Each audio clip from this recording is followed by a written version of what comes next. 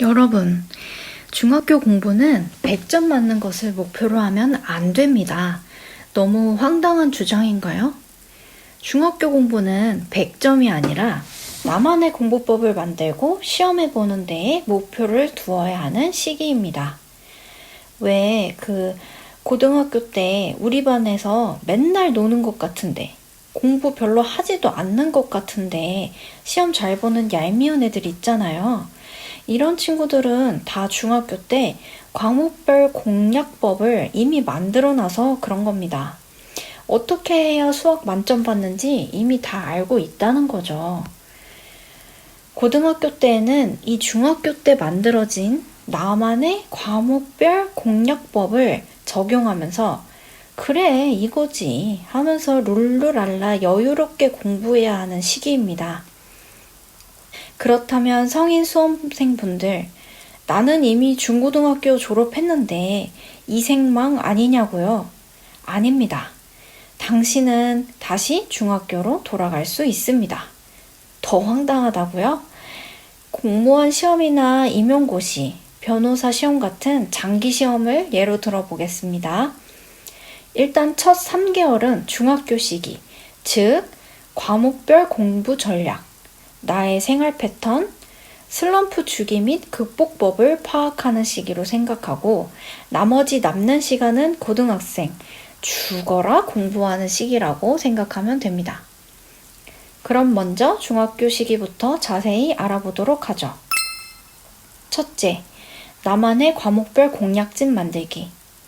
중학교 시기는 과목별로 나만의 공부법과 암기법을 공고히 만들어서 적용하면서 이 공부 방법이 실제로 먹히는지 안 먹히는지 시험하는 시기입니다. 이때 시행착오를 아주 확실하게 겪어야 고등학교 때 시행착오를 줄일 수가 있습니다.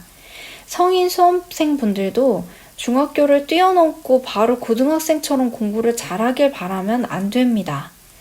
중학교 시기 없이 바로 고등학생이 되는 사람은 아무도 없습니다.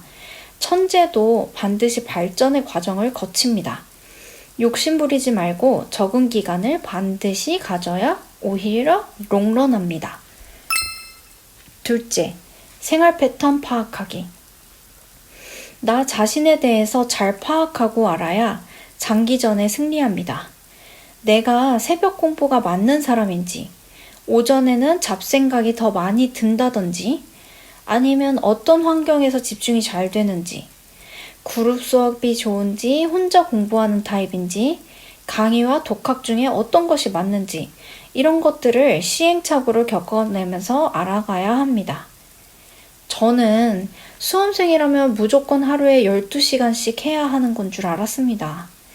그래서 4시간씩 끊어서 스트레이트로 공부를 하는데 공부 시작한 지 2주 만에 몸에 이상이 와서 수술을 해야 할 상황까지 생겨버렸지 뭐예요.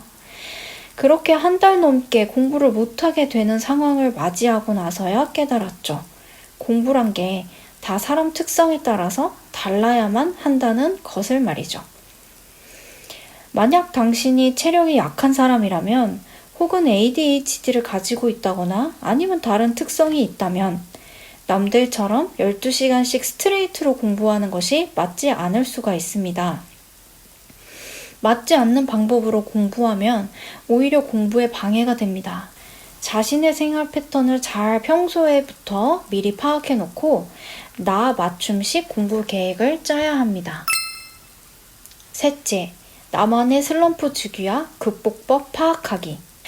수험생이 되면 멘탈과 체력이 바사삭하는 시기가 반드시 오게 되는데 이때 어떻게 하면 나를 위로하고 회복할 수 있는지 이 중학생 시기에 알아내지 못하면 고3을 망치게 되는 수가 있습니다.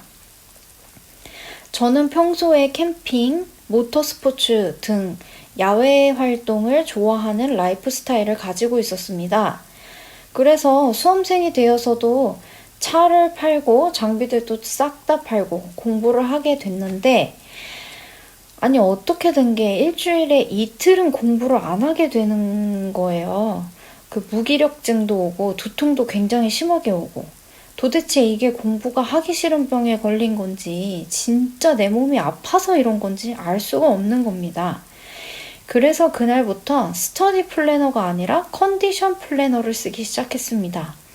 저의 생체 주기가 일주일에 한 번 쉬는 것도 저에게는 모자란다는 것을 알게 되었고, 결국 매일매일 잘 쉬는 것을 목표로 하게 되었습니다.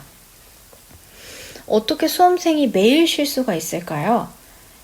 하루 공부 목표 시간을 12시간에서 6시간으로 줄이고 2대2대2 공부법을 만들었습니다. 2시간 공부하고 2시간 쉬고, 2시간 공부하고 2시간 쉬고, 2시간 공부하고 2시간 쉬고를 이렇게 반복하는 것이죠. 쉬는 시간에는 잠을 자거나 명상을 하거나 자연 속에서 쉬었습니다.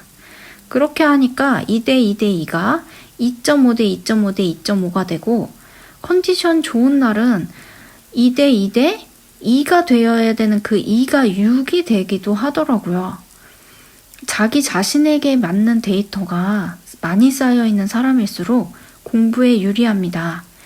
수험생 모드가 아니라 일반인 모드일 때 평소 내 휴식 방법을 잘 파악해 놓으시고, 휴식 방법이 없다면 지금부터 여러 가지를 시도하면서 나만의 휴식법을 꼭 만들어야 합니다. 오늘은 이렇게 3가지를 알아보았습니다. 첫 번째, 나만의 과목별 공략집 만들기. 2번째, 생활 패턴 파악하기. 3번째, 나만의 슬럼프 주기와 극복법 파악하기. 이 영상을 통해서 많은 분들이 너무 공부하는데 힘들어하고, 그러다 보니까 지치고 포기하게 되고 또 자기 자신을 미워하게 되고, 이런 패턴을 좀 반복하지 않으셨으면 하는 마음에서 영상을 제작했습니다. 오늘 영상은 자꾸 영상 업로드가 늦어져서 완성도를 조금 포기하게 될 수밖에 없었는데요. 오늘도 도움이 되셨으면 좋겠습니다.